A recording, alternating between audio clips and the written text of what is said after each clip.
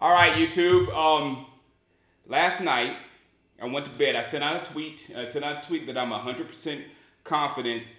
First I said I really love the defense, and we're both in the same boat about how we like the defense. So I really love the defense, and I'm 100% sure that the way we play football and the way this team has built its identity, that they're going to be fighting hard until there's no more fight left in this season.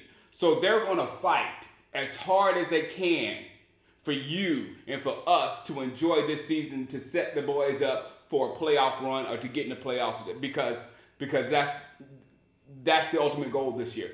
However, I was also thinking, I was like, man, we are basically sitting in the catbird seat.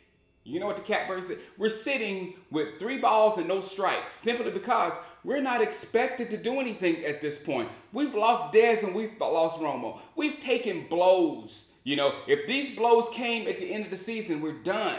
You know, these blows came where they can come back. So there is hope. There is hope. We're at 2-0. We're at 2-0 for some crazy reason. We're at 2-0, and we can hold forward until they get back. If we don't, if it falls apart and we don't, then we have a higher draft pick next year. And you draft heads know what I know about the draft. It's hard to get up above 15 in the draft or whatever. And if we fall, and miss the playoffs and fall into, the upper half of the draft, ooh, that's golden, because maybe you can move up to get somebody you want. Maybe you can just catch some talent that's falling in that spot. That is a beautiful spot in the draft to get an extra piece on this offense to go with Romo and Dez when they come back fully healthy. And we'll come at you again next year, harder, stronger, bigger, and better. So there's really no down part to this. What happened is extremely unfortunate, but it's like we know our fate at this moment. It's either going to be this or we're going to have one hell of a season. It's either or. So right now we can just rush now. And let's go back to me jinxing the Cowboys, me jinxing Romo. I did it. I made a video before the game because all week I was thinking about Dez and how we're going to make it past Dez and Dez. And I said if we lose Romo, we're in big trouble. And we lost Romo instantly. My fault. But we still can win. The team will turn into something totally different. It's not going to be the same thing. And I was telling the commissioners in my Madden League that the one huge plus that Romo gives you, I know he's got these other intangibles, but the huge plus that Romo gives you is the ability to score quickly and come back at the end of the games, a la for week 1 versus the Giants. That's what Romo gives you. So we don't have that to lean on. We don't have to think, well, if we get the ball back one more time, we got Romo. We got to fight now, and we got to fight on defense. We got to fight tooth and nail on defense. We've got to do the offensive line has to run block. They have to run block. The running back, if one of these guys, whether it be Randall, whether it be Christian Michael, whether it be McFadden, if one of these guys has success this year when they're loading the box like they're going to load the box, if these guys have success this year, then that's our guy. If they don't, then let's throw a better guy in the mix for next year coming up. You notice we are in a position, your boy always thinking like a GM.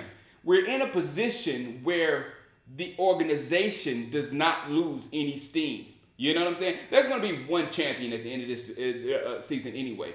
We're not going to lose steam coming in next year for what's happening right now. All we can do is come in next year even better. So we are sitting in a great spot, and we're sitting in a spot to enjoy some Cowboy football for the rest of the season. You can talk junk about us all you want. Hey, we don't have a quarterback.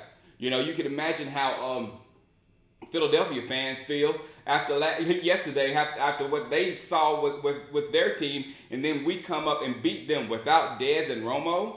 Are you kidding me? You know what I'm saying? So there's a lot of fortune in what's going on with us right now. We'll just have to come together, play some tough football. You've seen that defense as much as I've seen that defense, and I'm telling you, this guy right here can lead you to victories himself, like yesterday. You know what I'm saying? When McClain comes back playing with this guy, and when Hardy gets here, and Randy Gregory, oh my goodness, Randy Gregory looks like he might be the best of all of them, maybe. You know what I'm saying? DeMarcus Lawrence was playing. We have a lot going for us. And someone mentioned Byron Jones. Byron Jones made that play yesterday. He made that final play yesterday. And I hope I'm not wrong, because I hadn't seen the highlight yet or whatever. But my eyes at that moment saw Byron Jones going up to tip that ball in the air for J.J. Wilcox to catch.